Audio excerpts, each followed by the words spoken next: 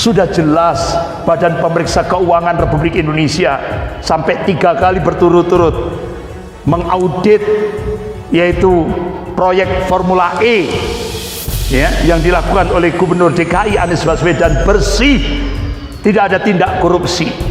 Tapi ternyata tetap KPK ingin menangkap, bahkan ingin memenjarakan Pak Anies Baswedan. Akhirnya terbongkar oleh pengacara Brigadir Yosua, yaitu Bapak Komarudin Simanjuntak, ada dana 300 triliun yang digunakan untuk menghabisi Anies Baswedan.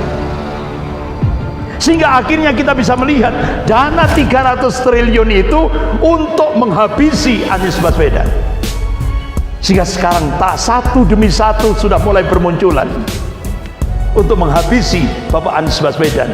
Satu sisi Bapak Jenderal Purnawiran Gatot Nurmantio, mantan Panglima TNI, menyatakan di sebuah seminar, oligarki artinya Taipan Cina cukup menyiapkan 50 triliun untuk membeli Indonesia, untuk membayari ketua umum parpol. Sementara untuk menghabisi Anies Baswedan 300 triliun. Berarti Pak, Indonesia dan Pak Anies lebih bahaya Anies Baswedan di mata oligarki. Dalam hal saat ini ketika Anies sudah sibuk-sibuknya untuk melakukan safari, hal yang paling sering ditemui ke depan adalah bagaimana menjegal Anies dan juga melakukan pembusukan dengan cara-cara black campaign. Bisa jadi ini dilakukan orang yang bisa jadi ya, ini dilakukan orang yang sebenarnya tidak mendukung Anies. Oke. Ya kan? Karena ya kita semua tahu ya bahwa tidak pernah ada praktek politik. Saya mungkin boleh diungkapkan gitu ya, kalau memang ada bukti bahwa ada promosi politik yang dilakukan oleh Anies selama ini di masjid. Ada tabloid Pak Anies beredar di masjid kan nggak ada yang terlalu heran. Lama-lama negara kita ini ada paham khilafah. Lama-lama orang nggak bisa ngomong tentang syariah, tentang khilafah dan lain sebagainya. Padahal itu terminologi saja. Tapi tentu ketika kita melihat dalam perspektif publik hari ini, adanya penyikapan yang berbeda gitu kepada orang-orang yang memang menginginkan memperjuangkan nilai-nilai Islam itu tegak. Dalam hal ini adalah khilafah. Karena khilafah ini banyak disalahartikan gitu menjadi sebuah sistem negara untuk menggantikan Pancasila. Padahal bukan begitu. Kita perlu kembali mempertegas bahwa khilafah ini tidak boleh disalahpahami. Ya dari dulu juga kan ya, berkaca pada pengalaman pilkada. Ya nggak terlalu heran, berkaca pada pengalaman pilkada kan terkonfirmasi. Jadi bagi saya ini bukan berita yang heboh-heboh banget. Track recordnya kan gitu dari pilkada Jakarta dan lain-lain. Jadi mengkonfirmasi saja dari sebelumnya. Buat saya nggak terlalu ini, biasa-biasa saja. Memang seperti itu track record yang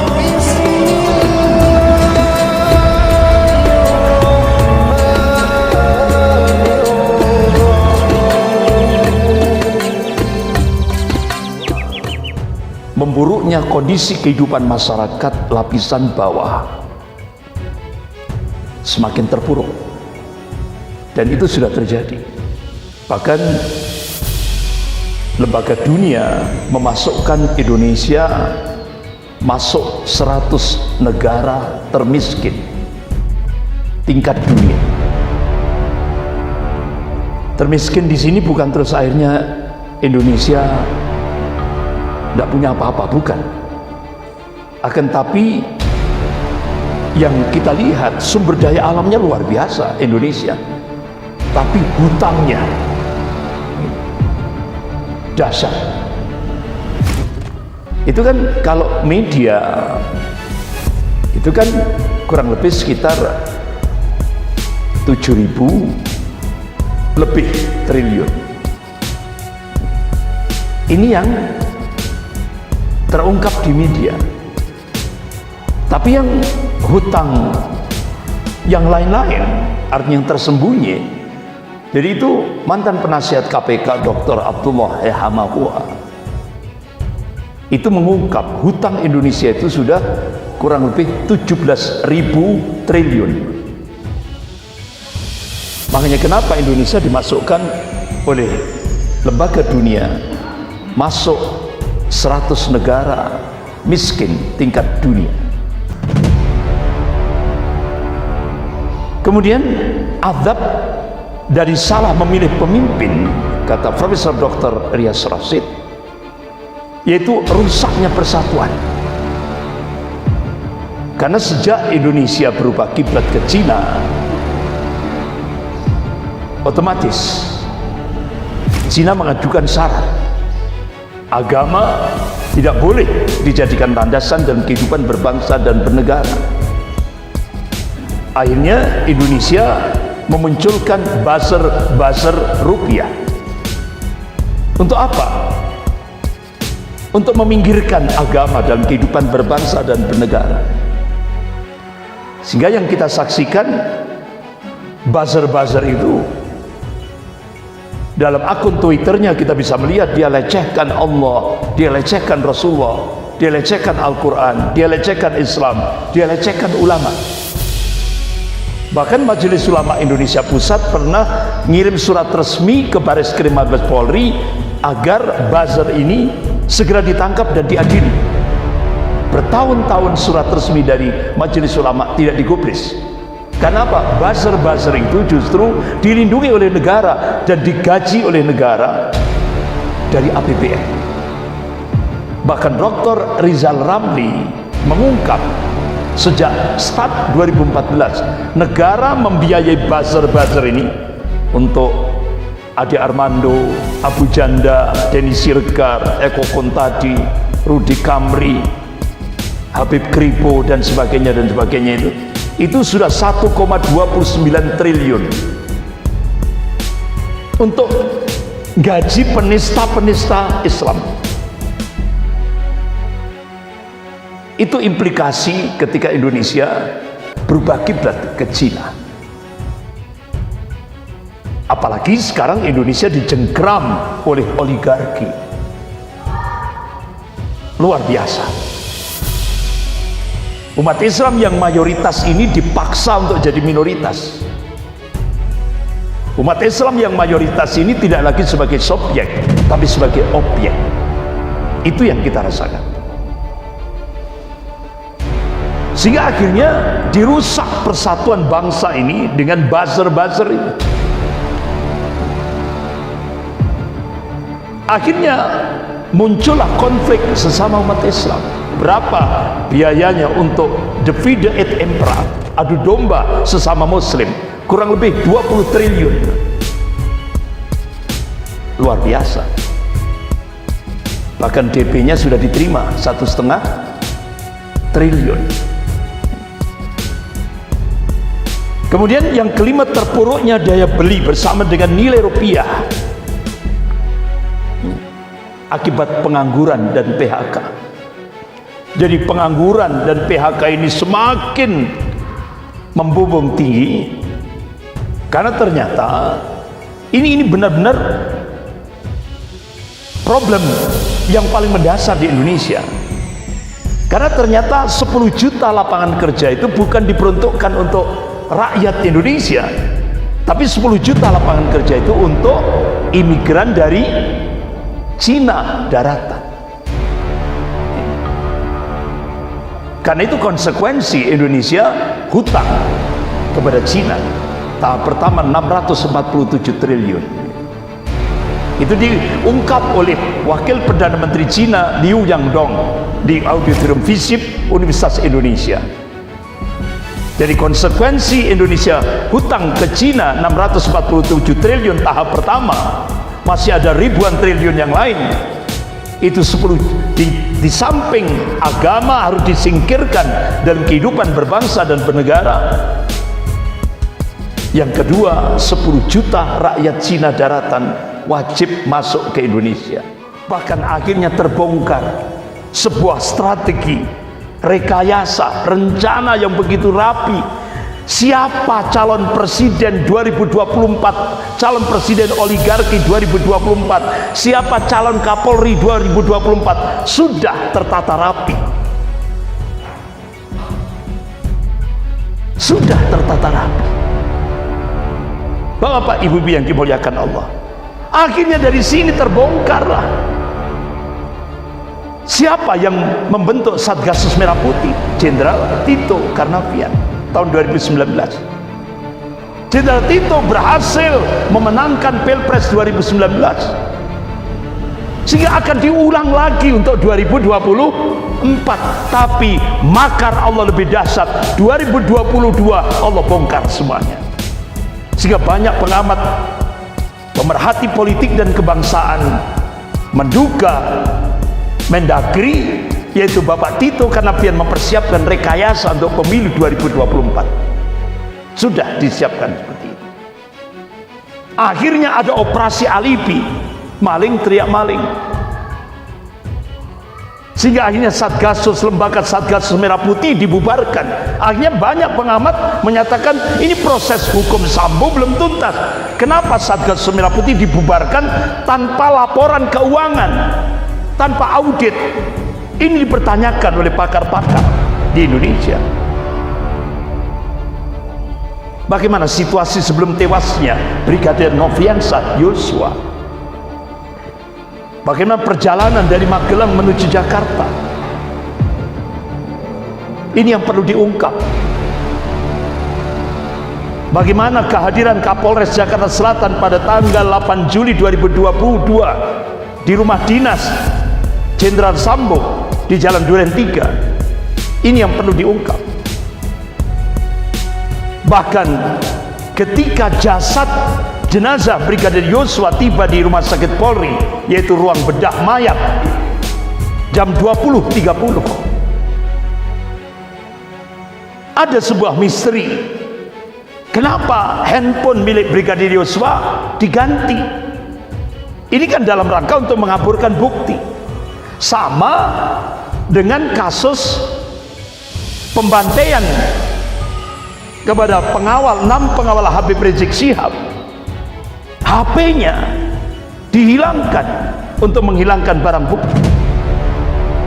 Ini sama, ada kesamaan antara peristiwa Sambo dengan peristiwa kilometer 50. Dan yang cukup mengagetkan kita, laporan keluarga Brigadir Yosua di Bareskrim Mabes Polri, bahwa pada saat jenazah Yosua sebelum diberangkatkan, ini ada saweran cuan. Apa saweran cuan? Amplop kepada keluarga Yosua. Berarti kan nyogok itu.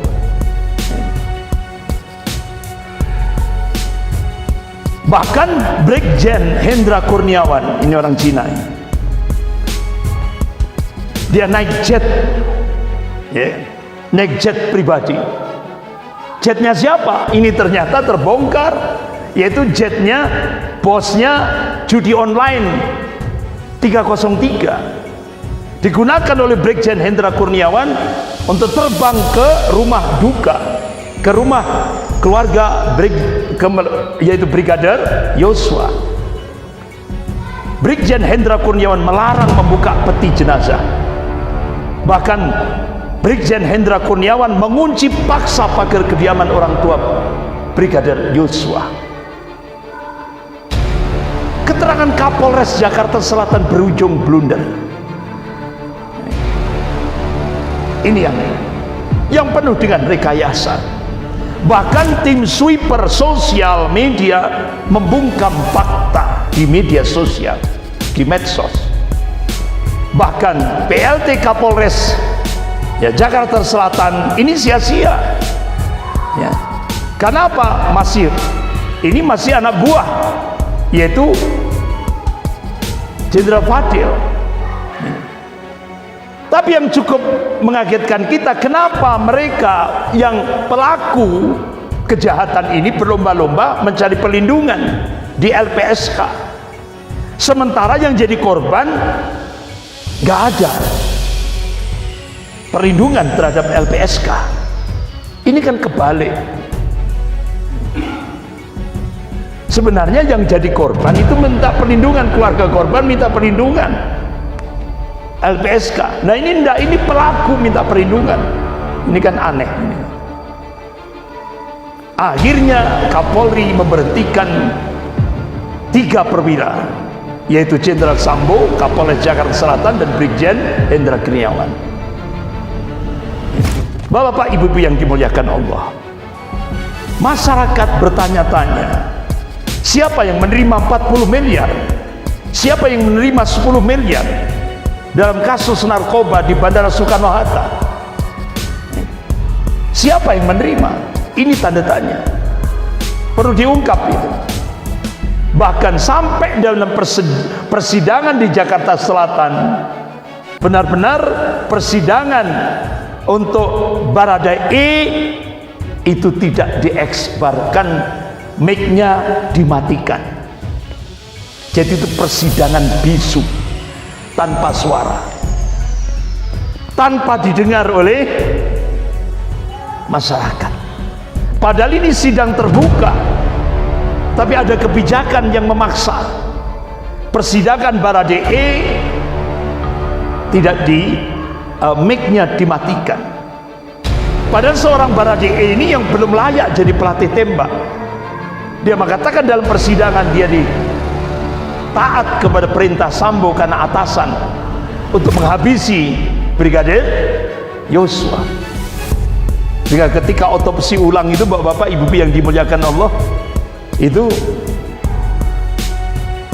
karena tembakannya itu jarak dekat dan dalam kondisi jongkok gitu ya, sehingga akhirnya ketika otopsi ulang itu semburan otak Brigadir Yosua itu sampai turun ke dadanya, berarti kan jarak dekat gitu, sehingga akhirnya semburan otaknya itu sampai ke bawah, tembus ke dada, berarti di dalam posisi jongkok, ditembak dari atas.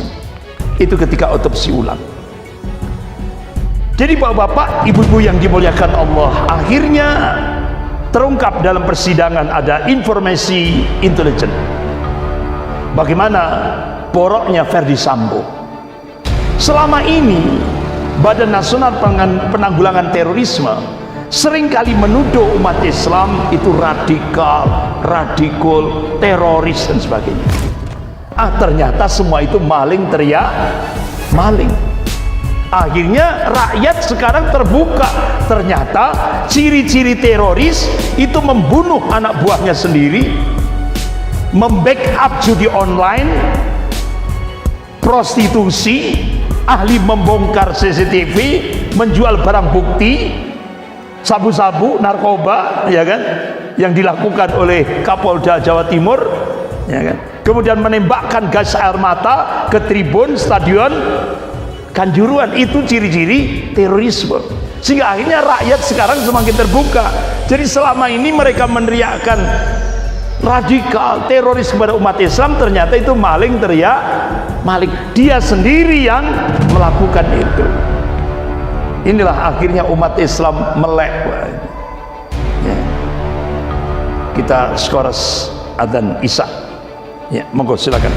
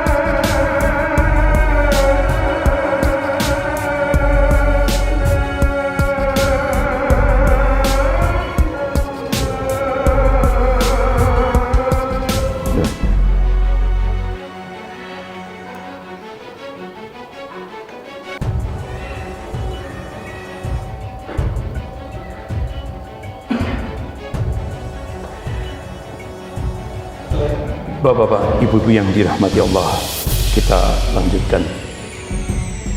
Saat tragedi kilometer 50, banyak mata dan hati yang tertutup. Setelah muncul kasus Sambo, banyak mata dan hati mulai terbuka. Apa yang dirasakan oleh Brigadir Polisi Yosua, disiksa, dibunuh, lalu difitnah, sama apa yang menimpa 6 laskar pengawal Habib Rizik Syihab. Ya. Disiksa, dipukul, disayat, ditembak jarak dekat, semua luka tembak di jantung, bahkan diotopsi tanpa izin keluarga, difitnah lagi, bahkan dijadikan tersangka. Ini kan sudah zalim luar biasa ini. Sudah disiksa, dibunuh dengan cara biadab, difitnah, dijadikan tersangka lagi. Nah, kira-kira kalau sudah jadi tersangka, kira-kira nanti yang dihadirkan di pengadilan itu apa pocongnya? Kan sudah meninggal semuanya, 6 laskar pengawal Habib Rizik. Jadi sudah disiksa, dibunuh dengan cara biadab, difitnah lagi, bahkan dijadikan tersangka, sehingga polisi bebas, yang melakukan kebiadaban itu bebas. Kenapa? Waktu itu Jenderal Sambo mengerahkan 30 anggota Propam. Bagaimana caranya agar polisi bebas dari jeratan hukum pidana ketika menghabisi 6 laskar pengawal Habib Rizik Syihab? Jadi deretan kasus yang ditangani Sambo sudah mulai terkuak dari sini. Mulai dari kebakaran Kejaksaan Agung dengan alasan puntung rokok seorang tukang, selesai sudah. Padahal itu kasus besar, ya. Kemudian kasus kilometer 50 yang menewaskan 6 laskar pengawal Habib Rizik Syihab dengan cara yang sangat biadab. Tapi begitu mengenai dirinya, gagal. Ini makar Allah lebih dahsyat. Mengenai dirinya Sambo, gagal. Bapak-bapak, ibu-ibu yang dimuliakan Allah, sampai sekarang terus tokoh-tokoh ulama nasional minta terus diusut pembunuhan 6 laskar FPI. Ini pembantaian gaya PKI 65, melampaui gaya PKI, keji, brutal, keji, kejam dan biadab. Bapak-bapak, ibu-ibu yang dimuliakan Allah, bahkan koran Tempo mengungkap keterangan saksi kilometer 50 sebelum ditendang, kedengaran ampun Pak, ampun Pak. Tapi 30 anggota Propam yang dikerahkan oleh Jenderal Sambo mengatakan bahwa 6 pengawal Habib Rizik Syihab melawan petugas, difitnah seperti itu, sehingga akhirnya dijadikan tersangka. Padahal saksi-saksi semua tahu itu kedengaran ampun Pak, ini disiksa dengan cara-cara biadab, bukan melawan petugas. Bahkan akhirnya kalangan orang tua korban menyatakan anak saya sudah dibunuh, kemudian difitnah lagi. Ini yang terjadi. Jadi di negara Pancasila ini tidak ada tempat bagi para pelaku pembantai anak-anak bangsa tanpa hak. Jangan warisi bangsa ini dengan kekejian yang tidak terjamah oleh hukum. Karena persatuan dan kesatuan itu ada dan kuat jika keadilan hukum ditegakkan di Indonesia. Hilangnya PKI tidak semerta-merta mematikan perilaku kekejaman serupa seperti kilometer 50. Hampir mirip. Akhirnya apa yang terjadi? Direktur Utama Jasa Marga menyatakan 23 CCTV tidak berfungsi secara maksimal. Ini tidak berfungsi, terutama kilometer 49 sampai 72. dari 277 CCTV. Ini kan aneh bin ajaib. Sehingga akhirnya Jasa Marga langsung mengeluarkan spanduk di rest area kilometer 50 untuk memperlancar pelayanan operasional jalan tol. Tempat istirahat kilometer 50 A, ruas jalan tol Jakarta Cikampek ditutup permanen mulai tanggal 20 Desember 2020 dan dipindahkan ke tempat istirahat kilometer 71B ruas jalan tol Jakarta Cikampek. Ini kan sebuah strategi untuk menghilangkan jejak, menghilangkan barang bukti, sehingga akhirnya apa yang terjadi, semua pemilik, ya, artinya orang yang usaha di rest area kilometer 50 menolak kebijakan penutupan rest area kilometer 50. Tapi akhirnya apa yang terjadi, Bapak-bapak, Ibu yang dimuliakan Allah, dalam persidangan kasus Sambo akhirnya terbongkar.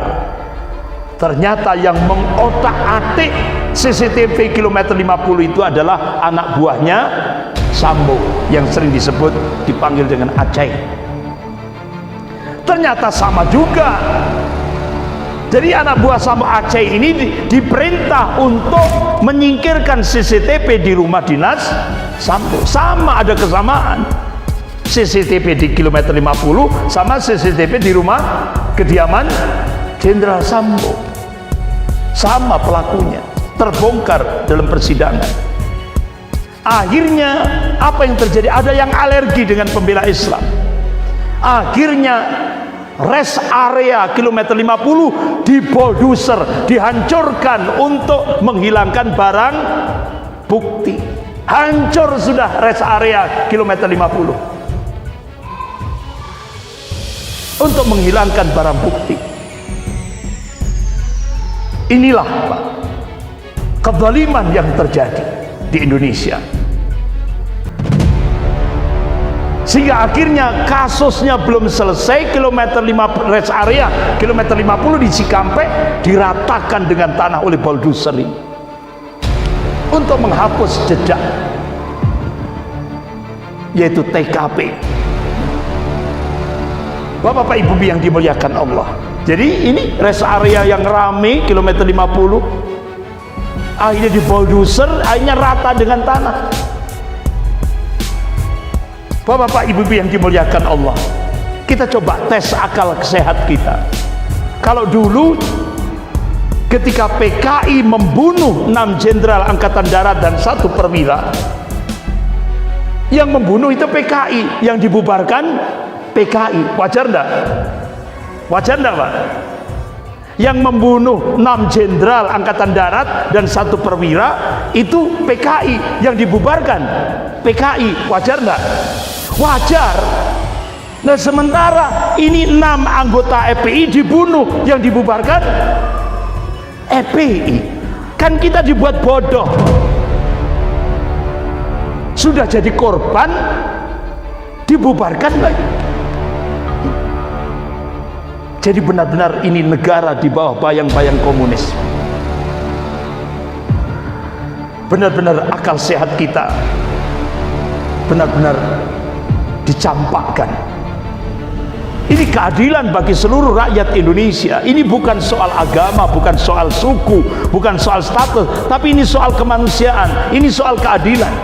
Karena apa yang kami suarakan saat ini adalah keadilan atas kematian Brigadir Yosua dan 6 saudara kami, yaitu pengawal Habib Rizik Syihab. Kilometer 50 hutang keadilan yang belum selesai.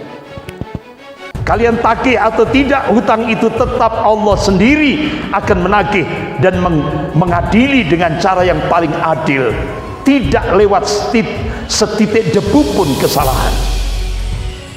Makar Allah itu lebih dahsyat. Akhirnya Bapak-bapak, Ibu yang dimuliakan Allah, belum selesai kasus Sambo kilometer 50 dan pembunuhan Brigadir Yosua, muncul tragedi Kanjuruhan. di Kepanjen, Kabupaten Malang. Apa yang diungkap oleh Presiden FIFA Gianni Infantino? Pintu keluar tidak segera dibuka, terkunci dari luar. Sedangkan tembakan gas air mata yang sudah kadaluarsa itu terus bertubi-tubi. Supporter terjebak di Stadion Kanjuruhan dengan tembakan gas air mata yang kadaluarsa itu. Padahal di sana ada orang tua, anak-anak dan perempuan. Ini supporter yang kecewa kekalahan Arema masuk ke lapangan lapangan. Bahkan panitia pelaksana mencetak 42.000 tiket. Padahal kapasitas stadion cuma 38.000. Berarti ini overload, Pak. Banyak korban menahan perih gas air mata yang kadaluarsa itu, sehingga banyak korban itu berdarah matanya karena keracunan gas air mata yang sudah kadaluarsa. Itu sangat membahayakan, itu zat kimia. Bahkan PSSI dan LIB menolak kick off dimajukan, sehingga dimajukan pukul 15.30 permainannya itu. Polisi kurang profesional. Bahkan korban meninggal sampai yang didengar oleh Presiden FIFA itu 174, sekarang terus bertambah 200 lebih. Akhirnya bapak-bapak, ibu yang dimuliakan Allah, benar-benar ini kisah dramatis dan banyak kesaksian pilu tragedi Kanjuruhan Malang. Akhirnya apa yang terjadi? Ketua tim fakta, pencari investigasi fakta, yaitu Profesor Mahfud MD, karena selaku beliau sebagai Menko Polhukam, ketika melihat CCTV rekaman kejadian Kanjuruhan itu, beliau katakan sangat-sangat mengerikan. Sehingga akhirnya beliau mengambil kesimpulan yang meninggal, cacat, serta kritis dipastikan terjadi karena desak-desakan setelah ada penembakan gas air mata yang disemprotkan. Peringkat keberbahayaan racun pada gas sampai saat ini sedang diperiksa. Tapi apapun hasil pemeriksaan, kata Menko Polhukam selaku ketua tim investigasi pencari fakta, tidak bisa mengurangi kesimpulan bahwa kematian massal di Stadion Kanjuruhan disebabkan oleh gas air mata. Akhirnya apa yang menimpa Stadion Kanjuruhan disamakan dengan apa yang terjadi di kilometer 50. Akhirnya untuk menghilangkan barang bukti, Stadion Kanjuruhan akan dirobohkan supaya tidak ada bukti fakta. Karena otomatis Pengadilan HAM Internasional itu akan, Stadion Kanjuruhan itu akan dijadikan sebagai barang bukti. Sehingga akhirnya Stadion Kanjuruhan, polisi perintah dari Presiden, hancurkan Stadion Kanjuruhan. Jadi kesimpulan Presiden bukan penembakan gas air mata, tapi kesimpulannya yang salah dalam hal ini yaitu tangga dan pintu. Ini yang salah. Akhirnya Presiden memerintahkan robohkan Stadion Kanjuruhan. Hampir mirip kan dengan kilometer 50. Allah Subhanahu wa taala memberikan tanbih dalam surah An-Nisa ayat 93. A'udzubillahi minasyaitonir rajim. Wa may yaqtul mu'minan muta'ammidan fajza'uhu jahannam khalidina fiha wa ghadiballahu 'alaihi wa lan'anahu wa 'adda lahu 'adaban 'azima. Barang siapa yang membunuh seorang mukmin dengan sengaja tanpa alasan yang hak, maka balasannya, kata Allah, neraka jahanam. Kekal ia di dalamnya, kata Allah, dan Allah murka kepadanya, dan Allah mengutukinya serta menyediakan azab yang besar baginya. Bahkan Rasulullah menegaskan, qala Rasulullah sallallahu alaihi wasallam, la jawlab dunya ahwanu 'ala Allah min qadar mu'minan bighairi haqq. Rawahu Nasai wa Tirmidzi. Hadis ini disahihkan oleh Syekh Albani rahimahullah. Jadi hancurnya dunia seisinya ini lebih ringan bagi Allah dibandingkan terbunuhnya seorang mukmin tanpa alasan yang hak. Jadi nyawa seorang muslim, nyawa seorang mukmin itu lebih berharga daripada dunia dan seisinya, kata Allah dan Rasulnya.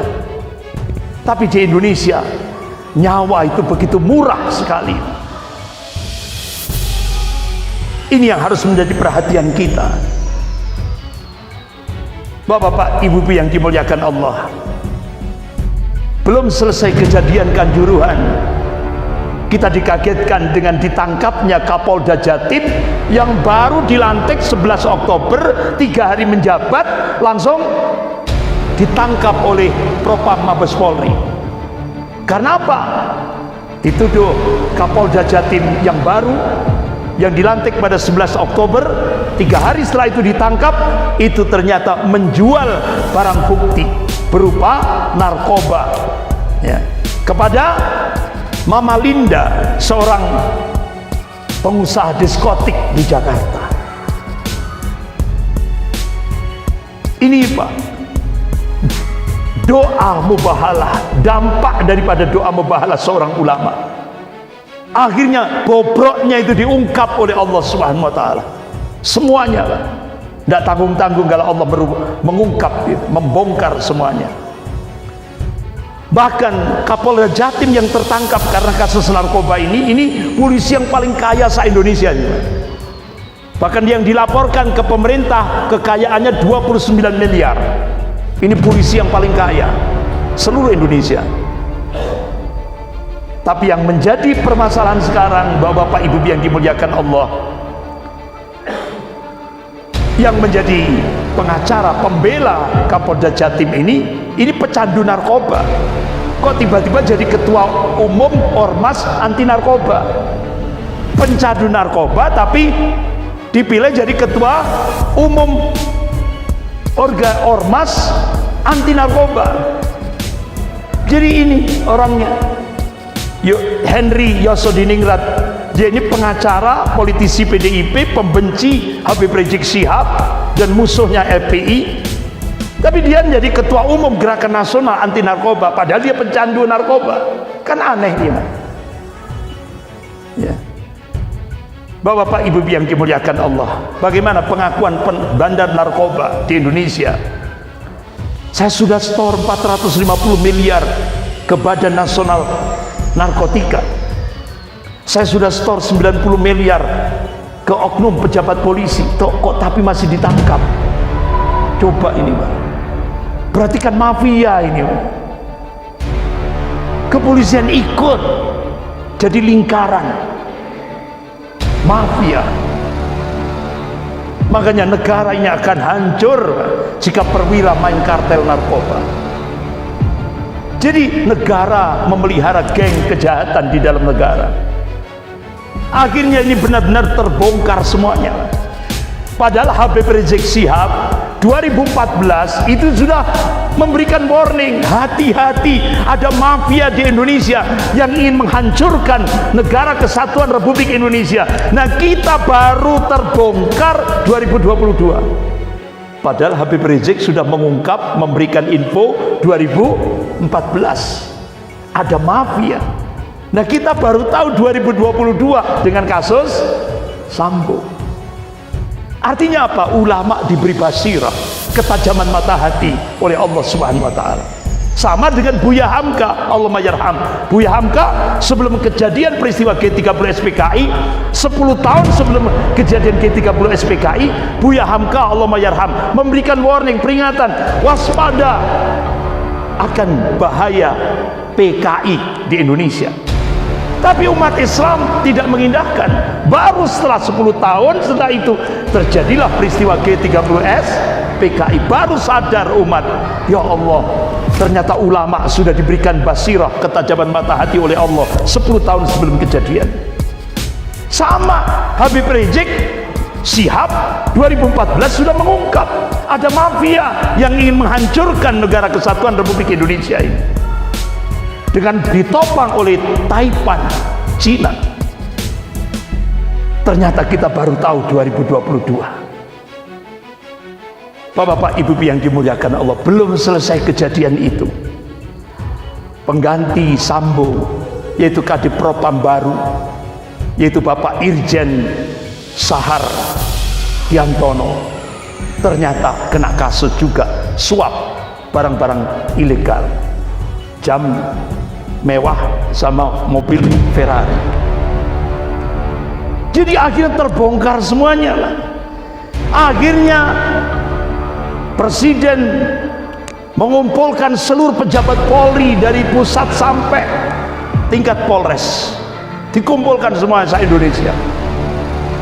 Nggak boleh pakai topi, nggak boleh bawa tongkat komando bagi yang perwira, nggak boleh.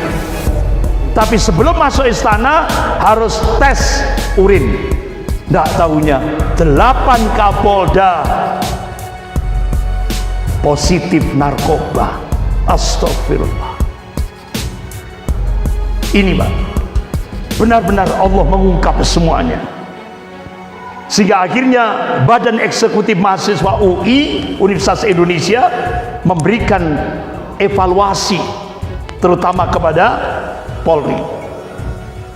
Yang pertama, ini malaikat pelindung institusi bobrok. Ini evaluasi dari Badan Eksekutif Mahasiswa Universitas Indonesia. Kemudian Ketua KPK Pak Firly Bahuri, si pelanggar kode etik. Sudah jelas Badan Pemeriksa Keuangan Republik Indonesia sampai 3 kali berturut-turut mengaudit, yaitu proyek Formula E ya, yang dilakukan oleh Gubernur DKI Anies Baswedan, bersih, tidak ada tindak korupsi. Tapi ternyata tetap KPK ingin menangkap, bahkan ingin memenjarakan Pak Anies Baswedan. Akhirnya terbongkar oleh pengacara Brigadir Yosua, yaitu Bapak Komarudin Simanjuntak, ada dana 300 triliun yang digunakan untuk menghabisi Anies Baswedan. Sehingga akhirnya kita bisa melihat dana 300 triliun itu untuk menghabisi Anies Baswedan. Sehingga sekarang satu demi satu sudah mulai bermunculan untuk menghabisi Bapak Anies Baswedan.